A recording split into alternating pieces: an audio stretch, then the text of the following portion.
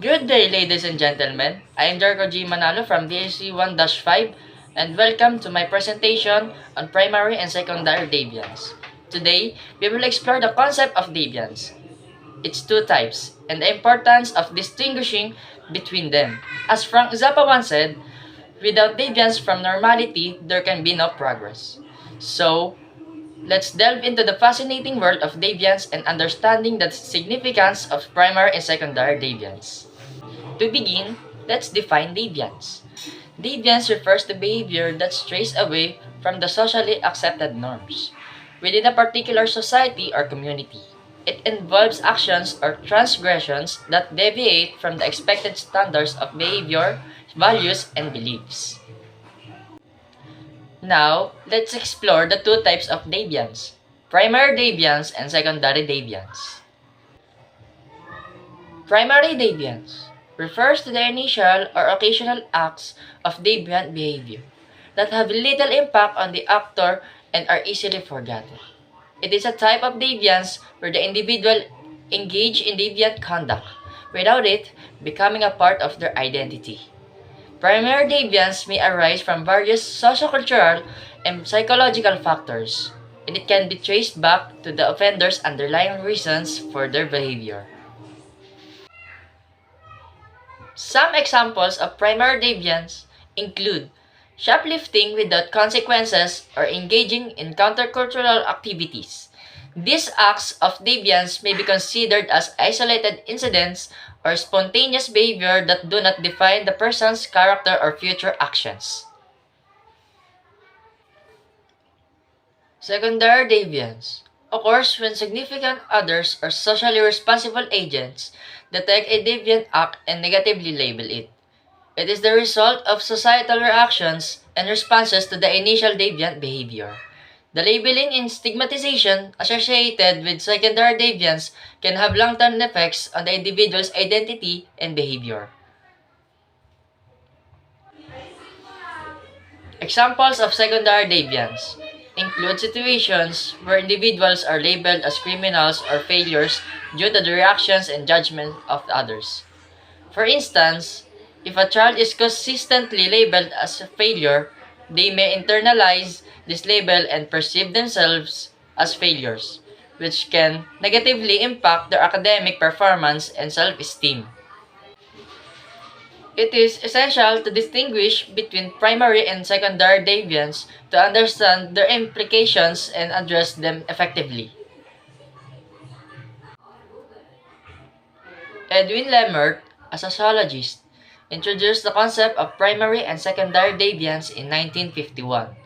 He proposed that primary deviance involves engaging in initial acts of deviance, while secondary deviance is the process of adopting a deviant identity and incorporating it into one's self-conception, potentially influencing the individual in the long term.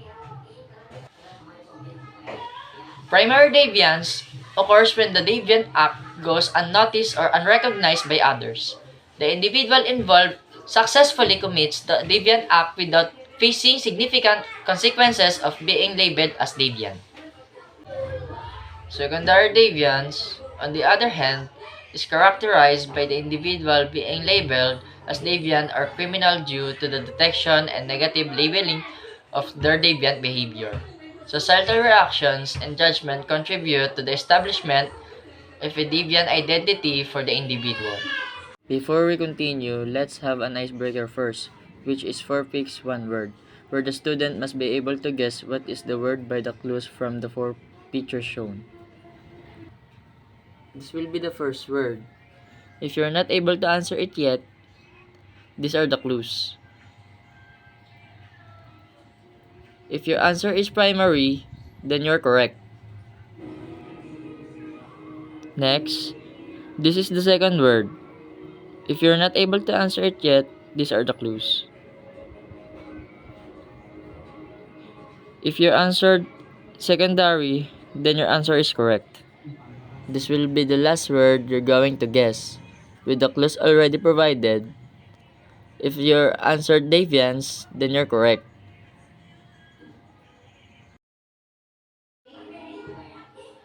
Distinguishing between primary and secondary deviance is of utmost importance for various reasons. By recognizing primary deviance as isolated incidents or spontaneous behaviors, we can focus on understanding the underlying reasons and addressing them effectively. This approach allows us to intervene early and potentially prevent the progression towards secondary deviance. Differentiating between primary and secondary deviance helps in designing tailored interventions. Individuals at the primary deviance stage may require different strategies compared to those who have already developed a deviant identity through secondary deviance. Furthermore, understanding the distinction between primary and secondary deviance enable us to combat stigmatization. By addressing primary deviance without unnecessary labeling, we can help individuals avoid the negative consequences associated with being labeled as deviant. Labels, labels, labels. We give people a number of labels based on who we think they are, which is based on what society tells us is important. The labels we give to a person determine how we interact with them. This includes what we believe is deviant and criminal. Stemming from symbolic interactionism, labeling theory focuses not on the deviant or criminal behavior itself, but by society's reaction to the deviant behavior. How we respond to the behavior determines whether something or someone is deviant. Let's discuss an example of deviance that is not so clear in society. Medical marijuana. For decades, marijuana has been listed as a Schedule I drug, which means that it is just as dangerous as heroin or ecstasy. So for the longest time, medical marijuana was not even something to consider in treating certain illnesses. But perception and time have changed, and so have medical marijuana laws. In the U.S., medical marijuana laws vary by state, and as of the making of this video, some states have not legalized medical marijuana. So how can we relate this to deviance? Let's say there's a woman, we'll call her Sarah, and she has found out she has cancer. She knows that using medical marijuana will help relieve the nausea and pain induced by cancer treatments.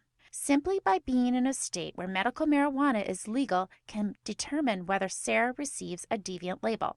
If Sarah is living in Colorado, where it is legal, Sarah can apply for a medical marijuana card and make an appropriate doctor-approved transaction. Now let's say Sarah lives in a state where medical marijuana is not legal, Iowa, for example. But she believes that the benefits would help her through the treatment process. Since it's illegal in Iowa and there are no locations to obtain marijuana, Sarah would have to get it illegally. She still wants it, although she would have to make the transaction in secret, and the price is pretty steep. If her friends and family found out, they may label her as deviant. If police caught her, she would be arrested, and society would definitely label as a deviant then. Why? In Iowa, it is illegal to grow, distribute, or consume in any way. In Colorado, marijuana is legal, doctor approved, and there are socially acceptable places to purchase marijuana. So Sarah isn't likely to be labeled as deviant. The only real difference is location, but society's reaction to her behavior is very different. It's the same person buying the same substance, but in different locations. There's also something we call primary and secondary deviance. Primary deviance is a violation of norms that does not result in any long-term consequences and does not hurt a person's self-image. If Sarah lives in Iowa and buys marijuana illegally one time without getting caught, she doesn't experience any long-term consequences and her self-image is intact. If she continues to do it and is arrested, or even if society knows she continues to buy it but she's never caught, she very likely will receive a label as deviant. This is secondary deviance. This happens when a person's self-concept changes due to the label society gives that person. One deviant act may not change the way society reacts or the way a person sees themselves. In fact, we all likely recall when we have engaged in some type of deviant act. But when society puts a label on us, our self-concept begins to change. Sarah starts to see herself as deviant even though she believes there is a good reason for her to buy marijuana. She adopts the label and, in essence, she begins to live that label even if, deep down, she knows it isn't who she truly is. When someone is labeled as deviant or a criminal, it tends to become their master status. A master status is a chief characteristic of an individual. When people are labeled a criminal, it's hard for them to change that status and it follows them everywhere. When someone has committed a felony, they are labeled a felon and must report it when they apply for a job. They can't serve on a jury or vote in many states. Therefore, the master status of felon follows them in everything they do. So, what is one personal experience where you have either been the person labeling or the person labeled because an action was seen as deviant?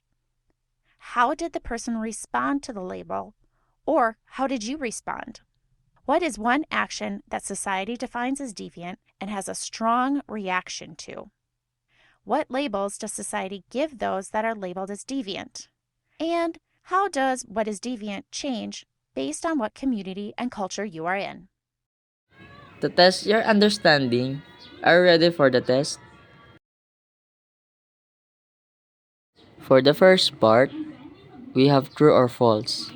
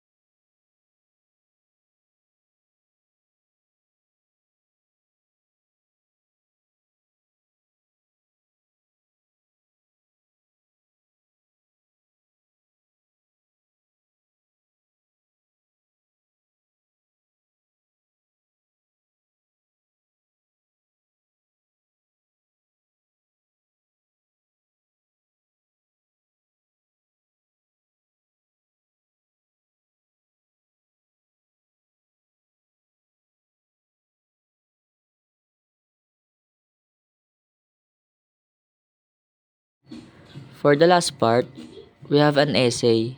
You have to answer these questions.